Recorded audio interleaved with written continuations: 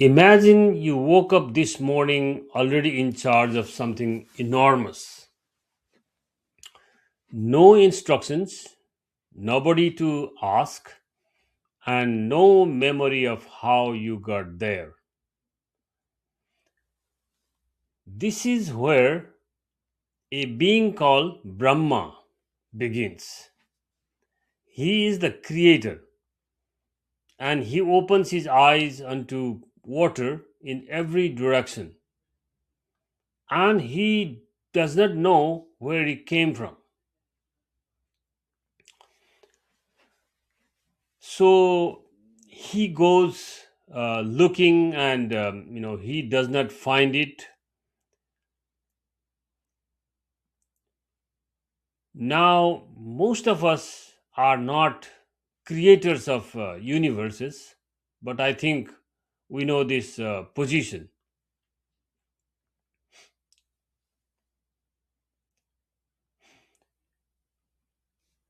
We are running a household or a department or a life. uh, you are the one people ask, and underneath the competence there is a question you have quietly never answered. Why any of this? On what ground? Those kind of questions. Brahma does something about it,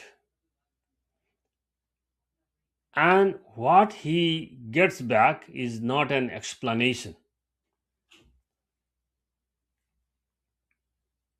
Today we are in the second book, Skanda 2 of the Bhagavata Purana, chapter 6 to 9.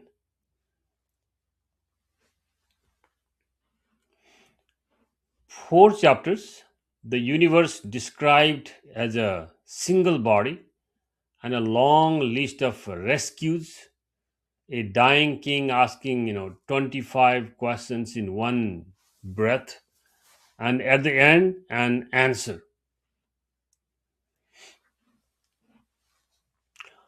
Not the kind anybody expects. It arrives as two syllables spoken twice over the water with nobody there to say them.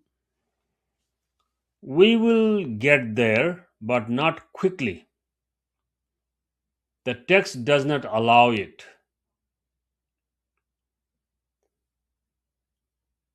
Let's begin.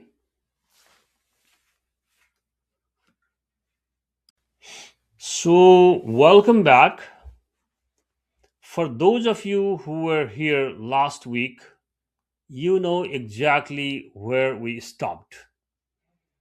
Narada asked his father the deepest question there is, and the creator of this universe answered honestly, I do not fully know.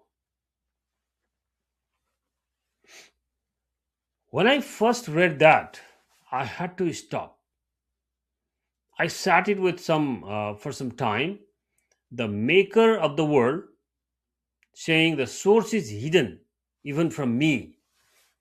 That admission uh, by Brahma was something interesting. And the text just leaves it there. It does not rush to fix it. So, last episode, we also left it there. Today, we will get the answer, but I have to warn you first. The text will not give it so quickly.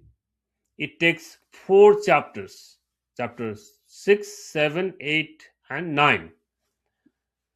The answer comes only in chapter 9, the last one today. Now, the question comes, why? Why make us wait like this? I thought about this quite a lot, and I feel the waiting game itself, is doing something there for some purpose. Brahma also had to wait for his answer, he had to work for it, actually. even Brahma. So the text, in a way, gives us a small taste of the waiting. We should not skip it. Okay, now chapter 6. Let's begin that. Brahma is still talking to Narada here, and he starts to describe a form, a rupa, a huge form. The whole universe is one being, the Virata Purusha. Virata Purusha, that is the cosmic person. Now, maybe you are thinking, wait, we heard that already, and you are right. In the last episode, in chapter 1, Sukaji described this same cosmic form to King Parikshit, if you remember. So that means, is the text repeating itself? Actually, no. And this difference is important. So let me go slowly here, whether these two are the same or different. In chapter 1, who was listening? Obviously, a dying man, Parikshit, who had 7 days. So Sukaji gave him this form as a practice, something to hold in the mind, a support, like giving a walking stick to somebody on the difficult road. Support. But in chapter 6, the speaker is Brahma, and Brahma is the one who walks inside this form itself. He arranged these limbs himself, so he is not giving kind of beginner's tool here. He is describing his own workshop from inside, because uh, he's the guy who works in that workshop. Same form, but a different teacher and a much deeper level here. But please keep this pattern in your mind, because the Bhagavata does this again and again. It circles back to the same thing, and every circle goes deeper and deeper. So, what does Brahma actually say? What does Brahma say? Brahma says this universe is a body, one single body. And here is the detail how that is body. The sun. Sun is the eye of this cosmic person, sun. The wind, his breath. The rivers, his veins, where the blood is flowing. The mountains, his bones. The trees are like the hair on his body. The oceans, his belly. Fire is his mouth. The direction east, west, north, south, all of them, those are his ears. And it goes on and on and on and on. Speech. The Vedas, sacrifice, kings, farmers, peasants, priests, everything gets a place in this one body. Nothing is left outside, because this is universe. Now, this idea is very, very old, ancient, much older than the Bhagavata itself. There is a hymn in the Rig Veda called the Purusha Sukta, the hymn of the cosmic person. People are still reciting it today, after thousands of years, and the Bhagavata takes that ancient hymn and expounds it. So, what we are reading here is a civilizational memory carried forward, a very old way of seeing the world, not a machine, not a not is a pile of separate things, as one living body, one entity, the whole, the wholeness. And just ask yourself, what happens if you really see the world like this, just like Arjuna saw in the Bhagavad Gita? If the river is a vein, you will not poison it. If the mountain is a bone in a body, and you also belong to that same body, then breaking it is not just a damaging to some property somewhere, it is hurting yourself.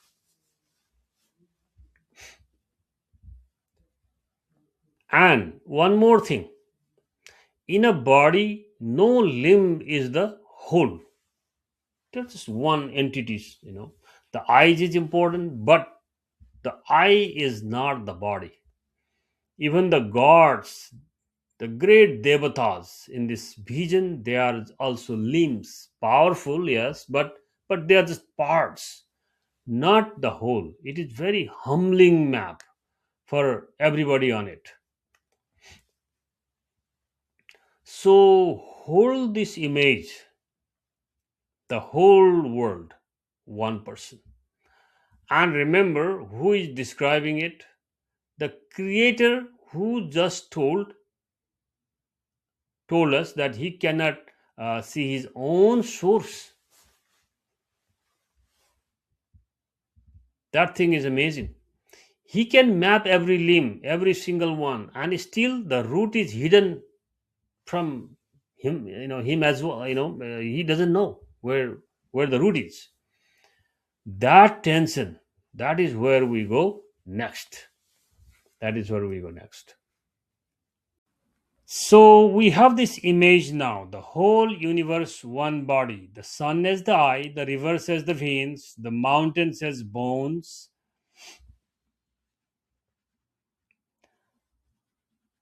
But chapter 6 does not stop with nature. And this is the part that surprised me, honestly.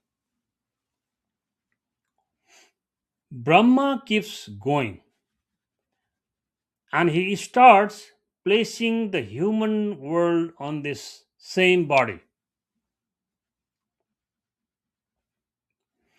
Speech has a place there.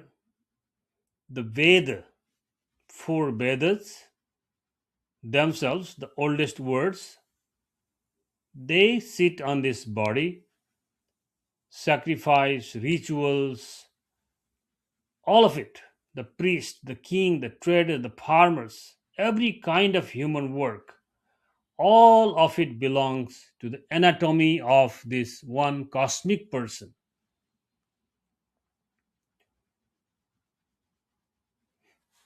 Now, think about what that means. In this vision, there is no leftover part of life. There is no corner called the ordinary and another corner called the very sacred. The farmer's work is on the same body as the priest's chant.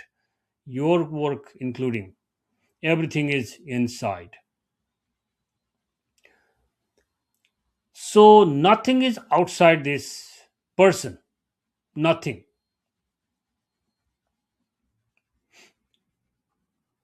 Okay, now comes my favorite moment in this chapter,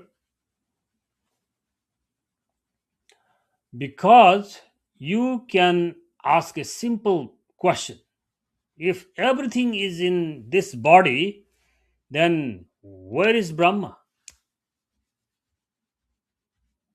Where does the creator himself sit on his own map, so to say? And Brahma answers, and his answer is so honest.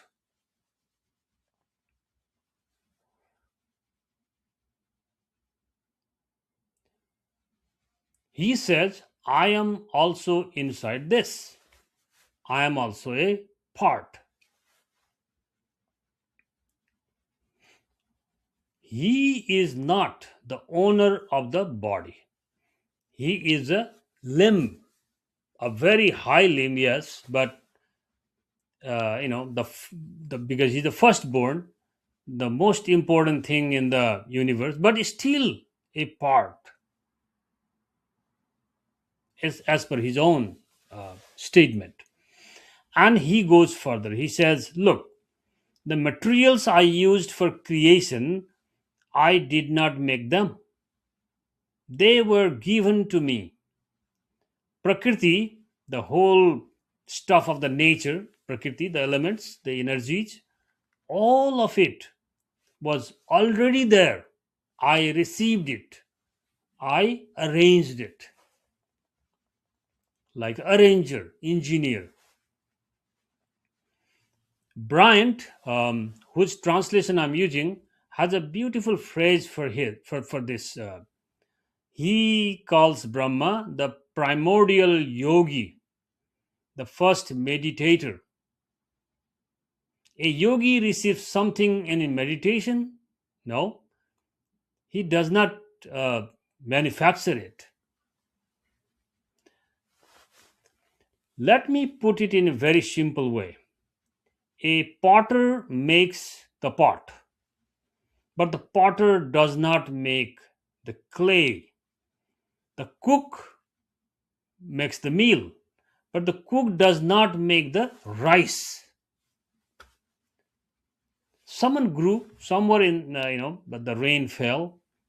There are multiple other factors. Brahma is saying, I am like that. Even I am like that. The first maker in the universe is telling, my materials came from somewhere else. I just arranged them. I find this so refreshing because think of how power usually talks these days. Power usually says, I built all this myself, self made. You have heard this word, right? Self made. A minister says, oh, I built this school, I built this bridge. And here is the actual maker of the universe saying just the opposite. Nothing about me is self made.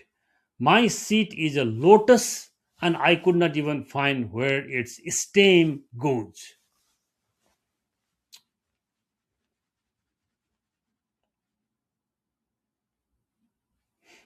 Now, here is the problem this leaves with us, you know, and the chapter knows it is a problem. Brahma, the creator, Brahma has given us a complete map. Every limb named, every part of the nature, every part of the society, all placed a perfect anatomy.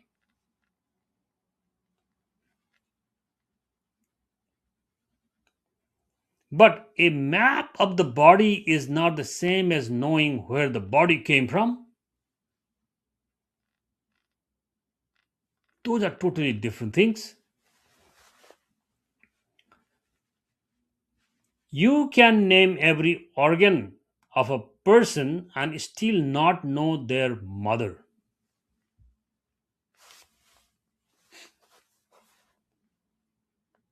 So the question from last episode is still sitting there, fully alive.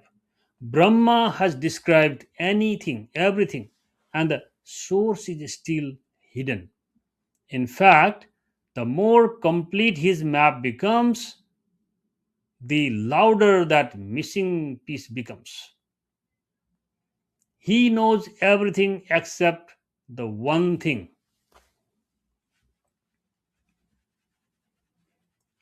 And Brahma feels this.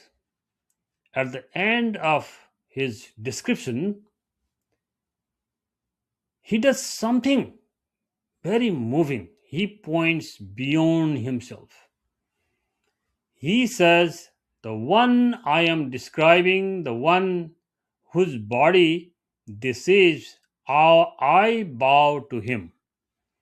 Even I bow. Now, the map maker bows toward the part of the map he cannot draw. So, where do you go? Where do we go from here?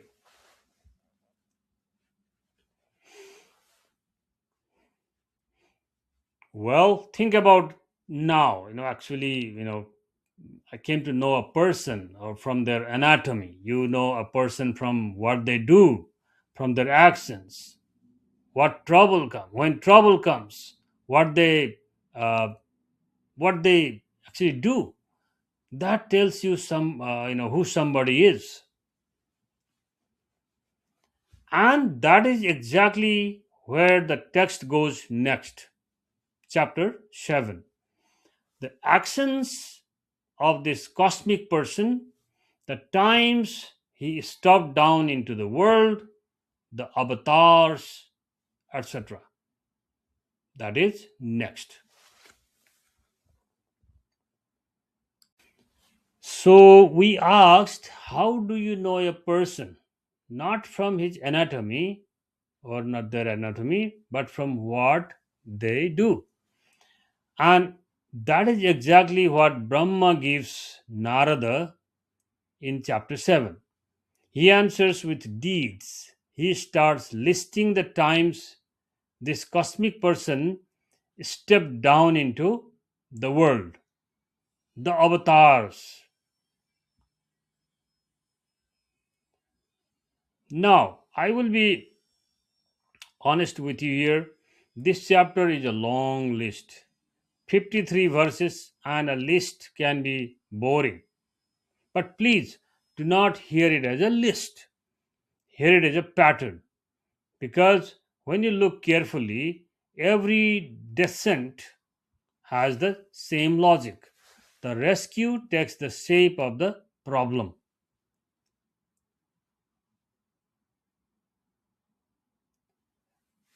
Look, the earth is sinking in the ocean.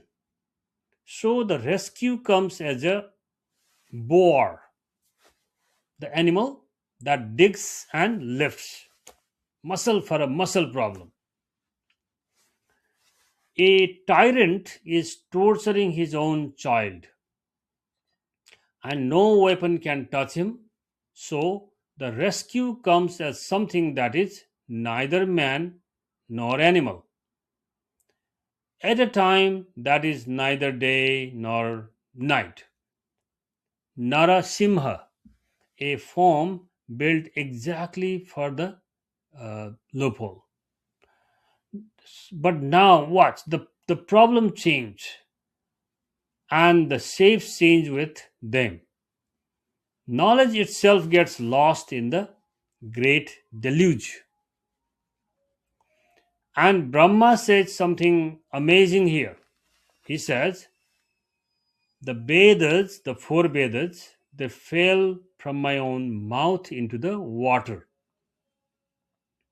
my own mouth. And the Lord became a fish and gathered them up. Think about that. One of the oldest rescues in this text is the rescue of books. People are confused about the self, about matter, about the mind. So the descent comes as a Kapila, a teacher, and his first student is his own mother, Devahuti. And the text says she reached liberation in this very birth. Teaching also is a rescue. Disease comes, so the descent comes as a Dhanvantari, who brings Ayurveda, the science of life. Medicine is on the list. Medicine as a form of divine help.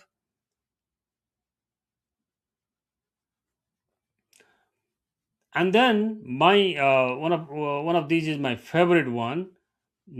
Brahma says people in the future will have short lives and limited capacity. They cannot study the whole Veda. from beginning to end. So the Lord will come as a Vyasa and divide the one Veda into branches, also manageable parts.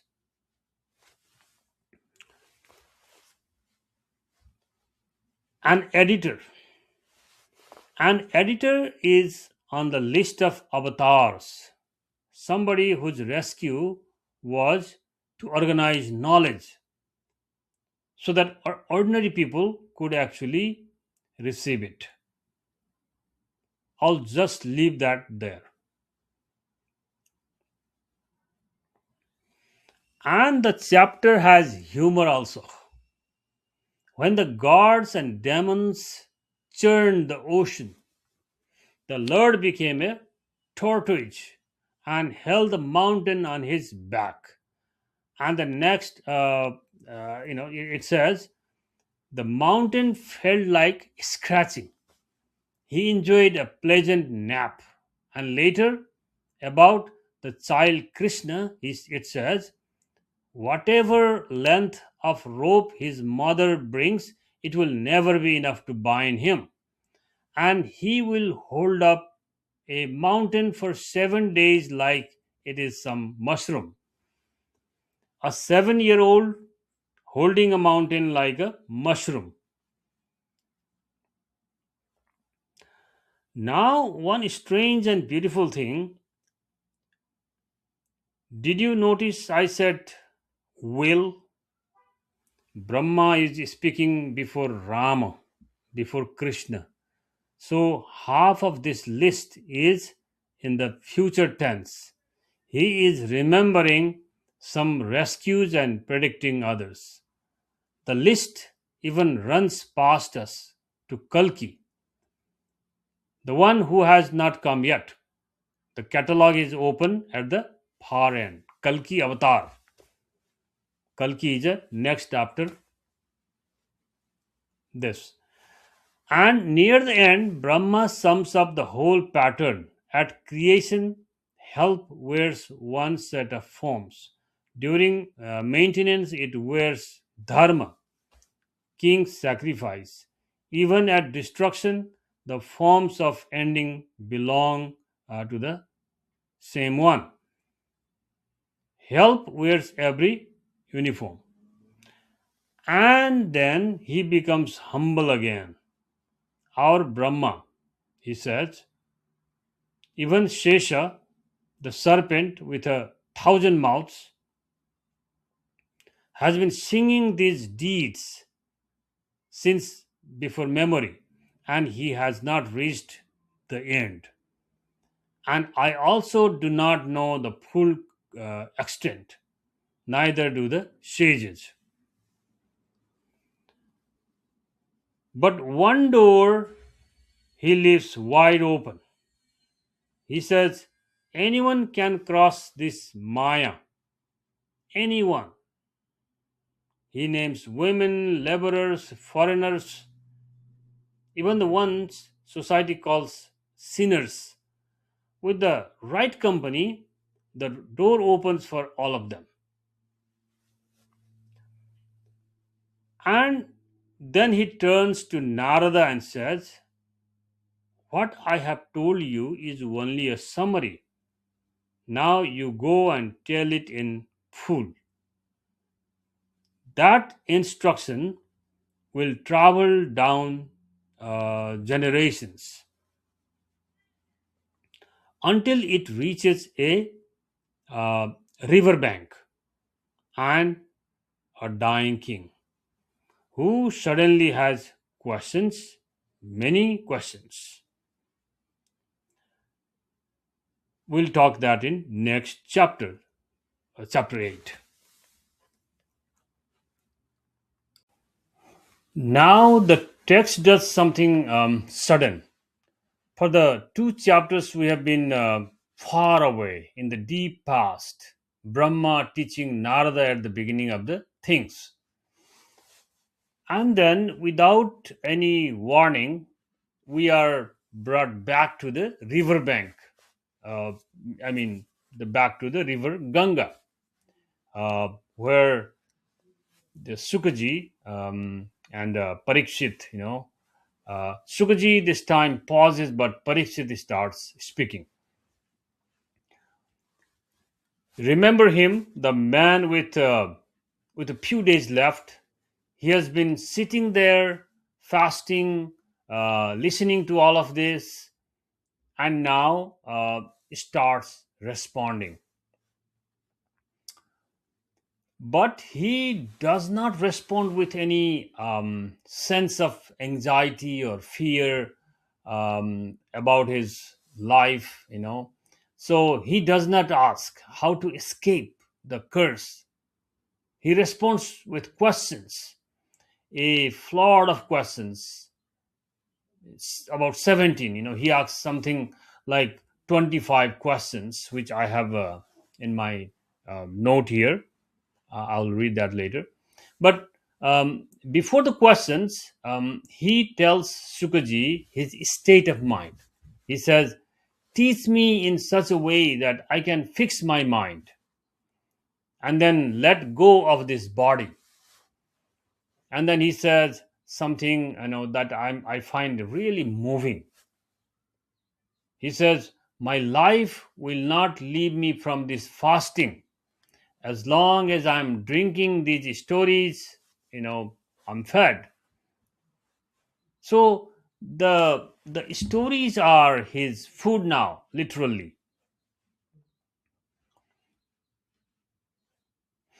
So there is one more beautiful line here. Good to mention. The text says the Krishna, speak goes through his ear, through the which cleans the heart, just like the autumn season cleans the river. Whatever whoever I've seen, Himalayan river in the Sarad Ritu, or the season after the monsoon, mud, and the rivers are clean, exactly that kind of image. Okay, now I want you to hear some of the actual questions, not my summary, the king's own questions. Let me read from the translation itself. Translation, but I will go first with the Sanskrit verse in my note here. Pardon me if I do any mistake in reading Sanskrit. Yad dhatu mato brahman deharambosya dhatuvi yadricha hetuna bhavanto janate yatha. The translation. This is actually from Skanda 2, chapter 8, verse 7. O Brahman, you know really whether it is causeless or with a cause, like karma, that the soul, which is not constituted of elements, still comes to uh, possess a body made up of elements. Please explain to me the truth about it.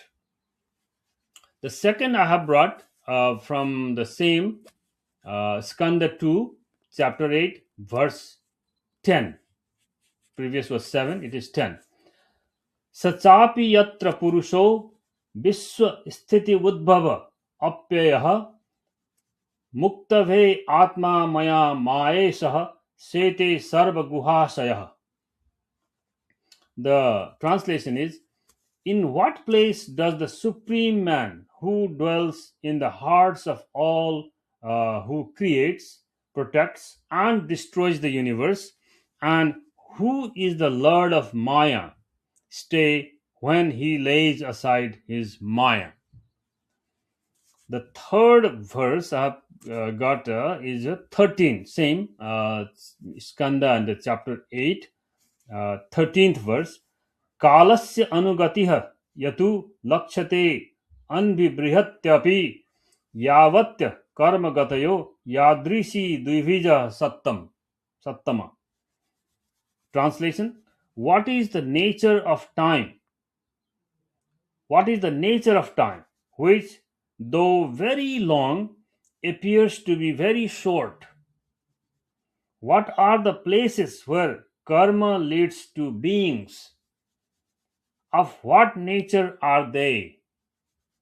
Oh, the best of Brahmanas, he asked to Sugaji. The the last question, the last one I have brought here, the Sanskrit I read, which is 18th verse, same skanda and chapter, 18th verse. Nidam sadharano dharma savi sesast yadrisah sreninam rajarshinam cha dharma krithresu jivatama. The Sanskrit and the translation is, what is the course of duties common to men?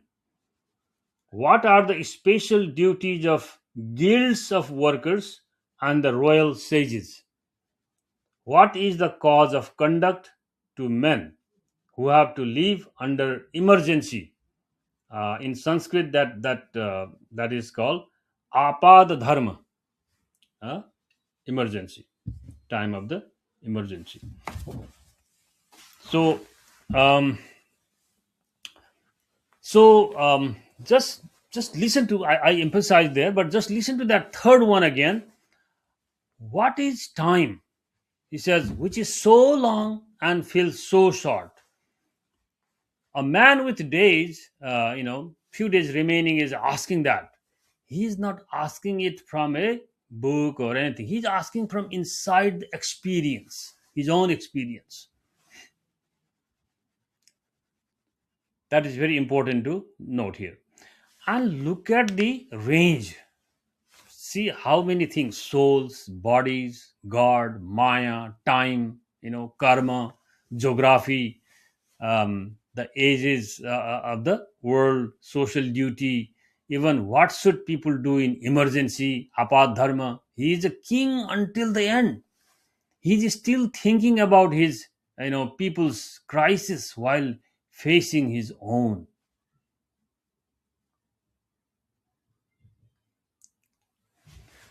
Now I spent more than 20 years, working in communication, teaching in other, corporation, non-profit, etc. So that was teaching me one thing, is this: the quality of an answer, depends on the quality of the question. That is what we call in the research, right? So uh, Parikshit, with death sitting next to him, asked the biggest ones. His deadlines did not kill his curiosity, it further sharpened it, which is amazing. And notice one more thing: who is sitting around him? The greatest, sages of the age, the assembly of great masters. And in front of all of them, the emperor becomes a student. Openly, he is not, ashamed to ask. In our culture, we sometimes feel asking, asking shows weakness, right? Especially for a man, especially for a leader. And here is the text showing us the opposite. The last act of this king's life is to ask beautifully and without any shame. And here is the secret of this chapter, the secret thing. The king makes one request. Answer me, he says, in the order I have asked. And the text tells us Shukaji began to narrate everything in the order of the questions.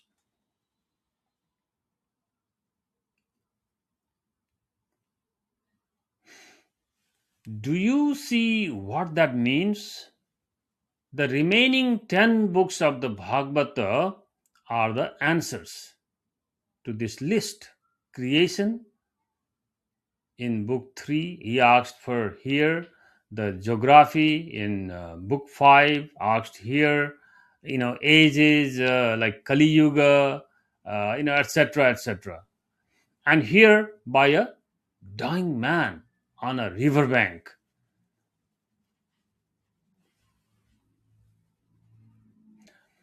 So, chapter 8 is the kind of syllabus of the whole Purana. we will be walking through this answer sheet for maybe every time, years. So, and the very first thing Sukaji reaches for to begin his answer is the oldest teaching he carries, the one the Lord Himself gave to Brahma at the dawn of the Kalpa. The answer we have been waiting, 4 chapters for. Okay, so the chapter 9 will be the next. So Parikshit has asked his questions, and Shukaji begins to answer.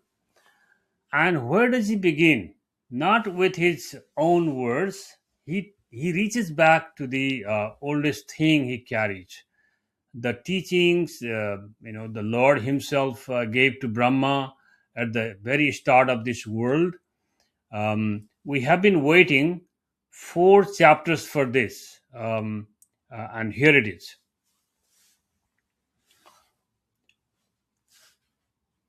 The I would like to give you just to sense the picture and the situation. Okay, um, so there is water, only water everywhere, in every direction, and on that water, a lotus. Remember this picture, just take into account. And on that lotus, sitting alone, a being who has just come into existence. Brahma, who is newly awake, 4 faces, looking outward and nothing to look at, because no one is there, no instruction, no teacher, no guidance for him, no world yet, because the making the world is supposed to be his new job, which had just begun. And beneath him, the stem of his own lotus going down into water, he cannot see the bottom of.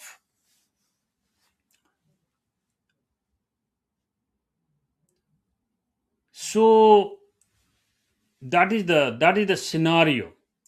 So he does the obvious thing, like we would also do, similar to what he did.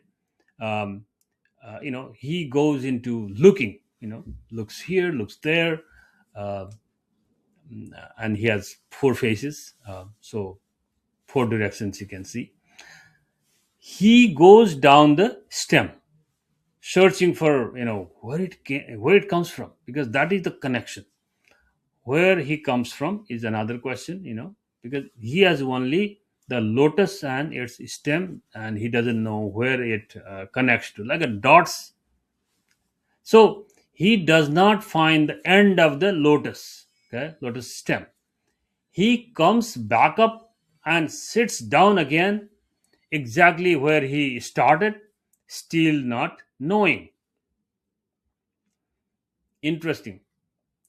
I find that that image quite honest. The design and the first thing, in the universe, going down to find his own root and coming back with nothing. That kind of image of Brahma portrayed here is really meaningful here, really meaningful. um, and that sounds very honest to me. And then something happens, that I didn't expect the first time I read it. um, he hears something, the sound, first time. Okay, interesting. Ahead, 2 syllables. Okay, and those 2 syllables are spoken twice, and that is not very distant, it is somewhere nearby. Okay, somewhere nearby. What are the sounds? ta, pa, ta, pa. Only these two. Ta, pa, ta, pa. And he looks, sounds, and doesn't find any, source there. So he looks into different directions, various directions, all four faces. Luckily, he had, four faces he could see. Uh, and there is nobody there.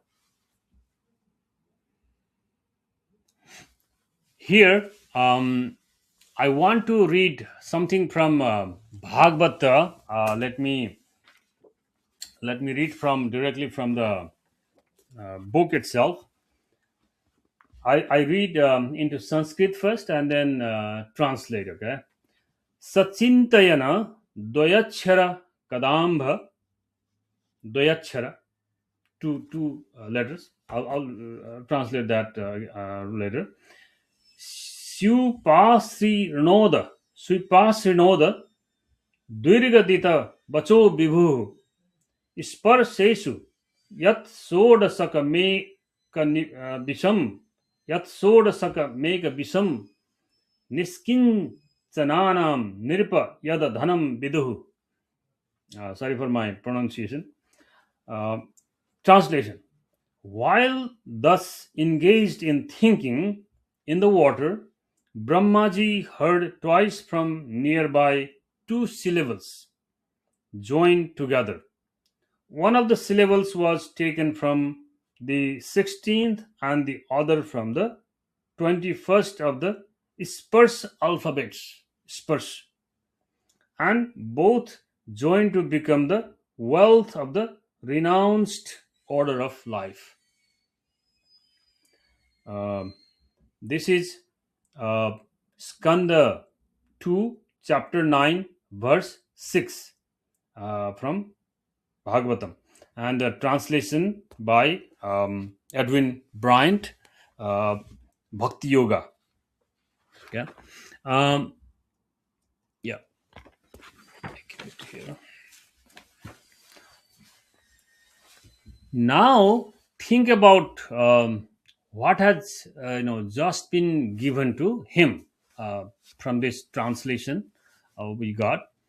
That was not an explanation, that two syllable sound, not a map, not a description of where he came from, no manual there,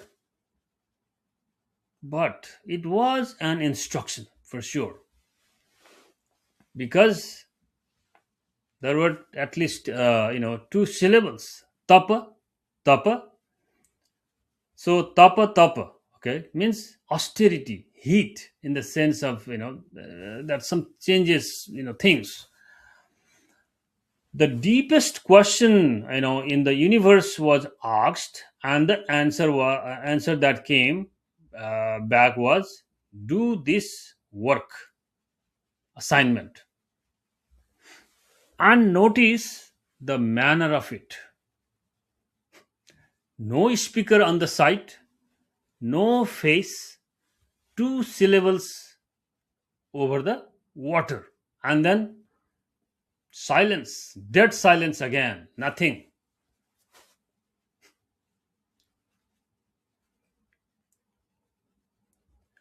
And now, here is the part that matters most. Okay, because he's an engineer, he does it. He does it. He does not argue.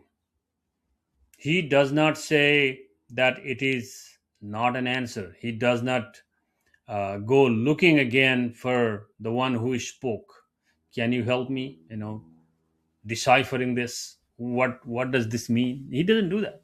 He sits down on the lotus and he does tapas for a very long time. The text counts it in a divine years, which is not like our year. Another way of saying, then you can imagine, divine years are they're very, very long. And only then, after all of that, does he see something, or anything that that that that comes, because he follows that very brief instruction, brevity. And what he does, the text tells us, is a place beyond sorrow, and the Lord present there. Brahma prays, and the Lord speaks to him, and this process begins now.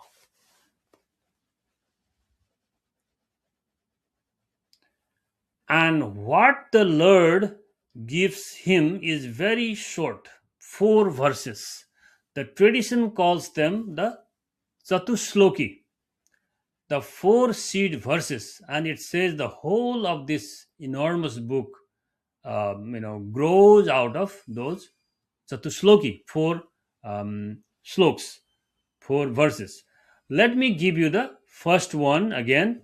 I'll read from Brian's book, and this is from Srimad Bhagavat, Skanda 2, Canto 2, 9, chapter 9, 33 verse. Bhakti Yoga, okay? Bhakti Yoga by Edwin Bryant.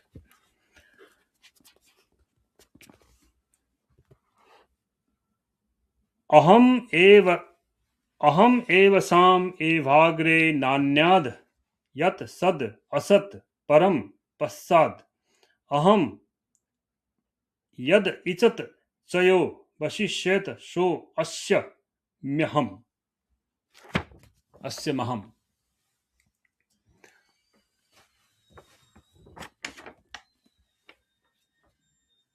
I'll translate that, but listen to the word, where the word aham sits there. Aham means I, right? So I will let me translate first. I just spoke the Sanskrit. The translation here: one should know that things which have no objectivity are revealed or obscured within my own nature because of my Maya. Just like light and darkness reveal and obscure things. Okay, that is the translation. And it is there at the start. It is there in the middle. I mean, the aham, three places, and it is there in the end, toward the end. You can see 3 different places. The verse is about what was there before, what is here now, and what remains after everything ends. And the word I appears exactly those 3 places in the line. 3 places in the line. Let me repeat that again for you to. Let me. Aham evas sam evagre nanyat yat sad asat param passat aham yad ichat chayo vashishyat so asya ham. 3 places, 3 different places. Okay.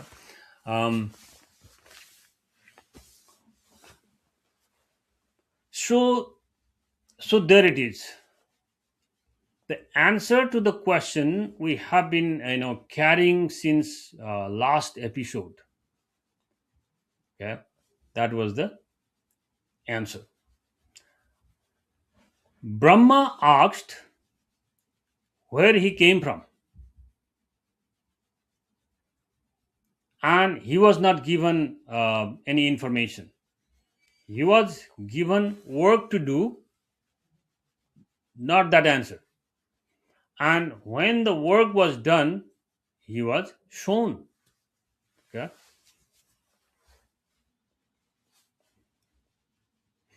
Now let's come back to Narada's question, because that began from Narada, right? Remember how Narada's question was phrased back in chapter 5. He asked for the knowledge that reveals the truth of the self. truth of the self. He got it, just not in the form anybody expected, but he got it. Okay, stop here.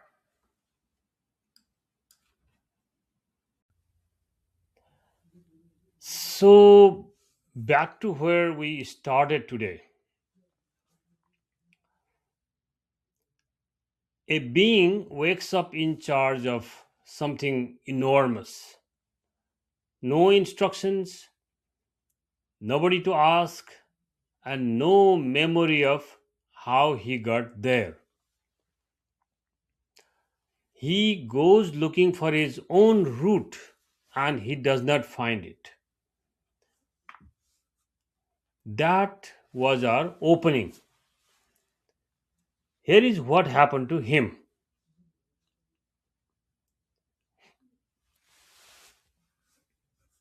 He was not given an explanation.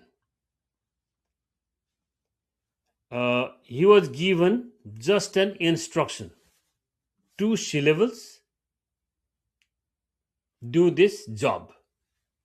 Just two syllables and do this job. And he completed it. He did it without any argument. Only after that, uh, you know, that was shown anything, and what he was shown when it finally came was four short verses, out of which this whole enormous book is said to grow. Those verses. So the answer to where do I come from turned out not to be information at all. It was a practice, and it had to be earned before it could be understood. Now I'm not going to make it neat and tidy for you, because uh, notice notice what is still missing. Brahma, even Brahma, still cannot describe his own origin the way you could describe a fact. So uh, we can now see that is not the same as being able to explain. So the text is comfortable with that. I think we should be comfortable either.